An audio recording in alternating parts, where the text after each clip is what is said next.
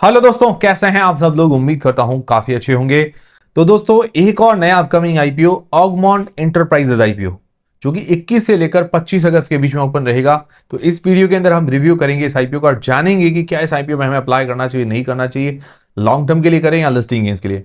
क्योंकि इस आईपीओ की अगर डिमांड देखें तो काफी जबरदस्त बता रही है। जीएमपी अभी अगर देखें तो लगभग लगभग 35-40% के आसपास बता रही है। तो कंपनी आखिर ऐसा क्या करती है जो इसकी डिमांड इतनी ज्यादा बन रही है, तो जानते हैं इस वीडियो के अंदर। तो सारी चीजें मैं आपके क्लियर करूंगा, जैसे कंपनी क्या काम करती है, कौन से सेक्टर की कंपनी, महंगी है, सस्ती है, कंपनी लॉस में है, प्रॉफिट में है, उधारी ज्यादा है, नहीं है, वो सारी चीजें हम क्लियर करेंगे। और डिसीजन आपको अपनी रिस्क, अपना एनालिसिस लगा के बनाना। मेरी तरफ से कोई भी बाय और सेल का रेकमेंडेशन नहीं है, ये चीज दिमाग में रखते हुए चलिएगा। और टेलीग्राम, इंस्टाग्राम, व्हाट्सएप, फेसबुक सबकी लिंक डिस्क्रिप्शन के अंदर है, ज्वाइन करके रख लीजिए। तो सबसे पहले अभी अगर लेटेस्ट जीएमबी देखें तो 35 से 40% के बीच में चल रही है। अभी अगर देखा जाए तो 35% के आसपास मान के चल सकते हैं, 280 रुपए पर शेयर। डिमांड काफी बढ़िया है। बाकी एंकर के साथ ही डिस्कस करेंगे। अभी जीएमपी के मामले में तो पूरा इसको 1 पॉइंट मिल जाता है। अब जानते हैं इस कंपनी की डिटेल्स के बारे में, मतलब ये कंपनी काम क्या करती है। तो सिंपल भाषा में आपको समझा देता हूं। ऑगमोंट एंटरप्राइजेज एक टाइप का प्लेटफॉर्म है। अब क्या होता है कि भाई, जैसे अपन ज्वेलरी, एक तो ज्वेलर के शोरूम में खरीदने जाते हैं, ठीक है। अब ये जो ज्वेलरी बनती किससे है? कच्चे सोने से। कच्चा सोना मतलब जो गोल्ड बार्स आते हैं, जिनको सोने के बिस्किट बोलते हैं, ठीक है। तो वो बिस्किट जो है ये कंपनी सेल करने का काम करती है। इनको बोलते हैं बुलियंस। अगर आपने देखा होगा आसपास आपके कई सारी बुलियंस की दुकानें होगी, जहां पर क्या है कि होलसेल में सोना मिलता है। मतलब होलसेल मतलब जो प्योर सोना जिसको बोलते हैं 99.99%, 24 कैरेट, जिसको गोल्ड बार है, गोल्ड बिस्किट बोलते हैं। तो वो ये कंपनी सेल करती है छोटे मोटे अमाउंट में नहीं, ह्यूज अमाउंट में, होलसेल में। और छोटे मोटे कस्टमर्स के लिए भी सेल करती है। सिंपल भाषा में आपको समझ में आ गया। और ये कंपनी क्या काम करती है कि भाई, एक तो देखिए सोना होता है, कैसे भी फॉर्म में आता है नॉर्मली, जैसे फिर उसको वापस रिफाइन भी करना होता है, बिस्किट भी बनाना होता है, वो भी रिफाइन भी करती है कंपनी, ठीक है। नॉर्मल जो रिफाइन किया हुआ भी सेल करती है और रिफाइन करके भी सेल करती है। चीज समझ में आ गई। एक तो ये बिजनेस टू बिजनेस, जिसका इसका एक प्लेटफॉर्म है ऑगमोंट स्पॉट। फिर बिजनेस टू कंज्यूमर, मतलब जो छोटे कस्टमर होते हैं, ऑगमोंट गोल्ड फॉर ऑल। ये 2 प्लेटफॉर्म है इसके। उसके अलावा रिफाइनरी वगैरह करती है, जैसे एक उत्तराखंड रुद्रपुर के अंदर, एक मुंबई महाराष्ट्र के अंदर है इसकी रिफाइनरी, और एक जयपुर के अंदर इसकी मैन्युफैक्चरिंग यूनिट है जहां गोल्ड चेन वगैरह बनती है।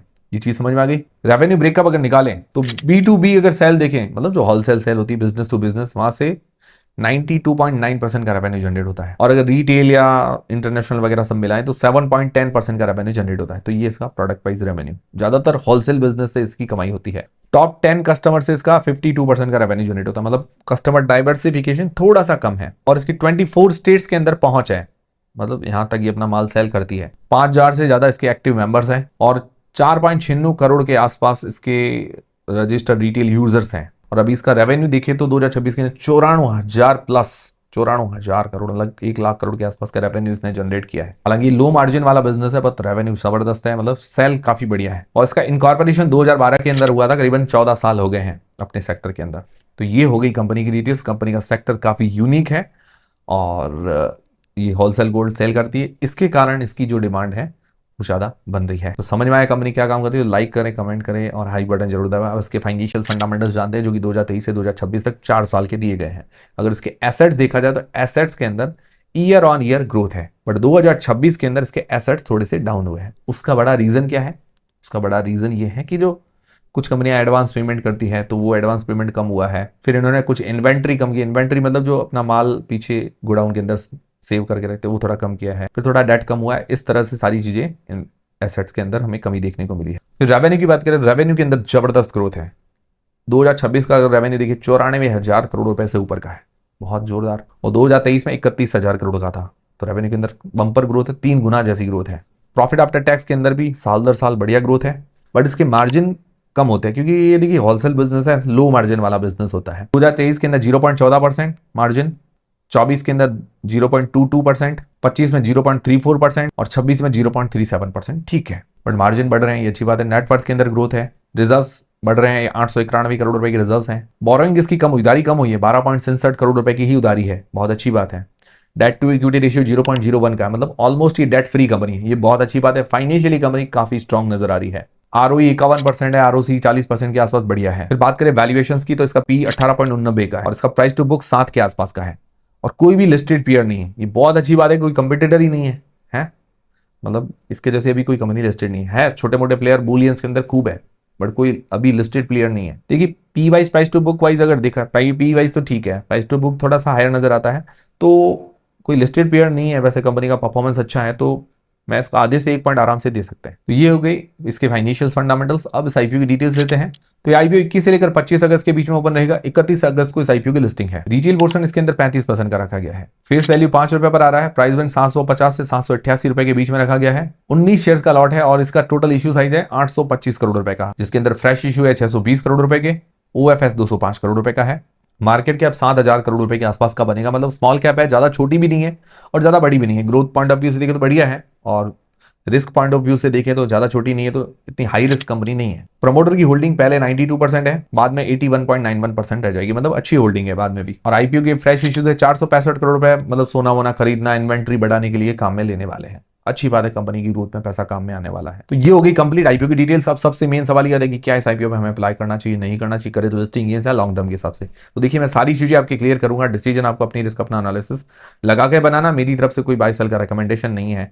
और टेलीग्राम, इंस्टाग्राम, व्हाट्सएप, फेसबुक सबकी लिंक डिस्क्रिप्शन के अंदर है, ज्वाइन कर लीजिए ताकि अपडेट मिलते रहे।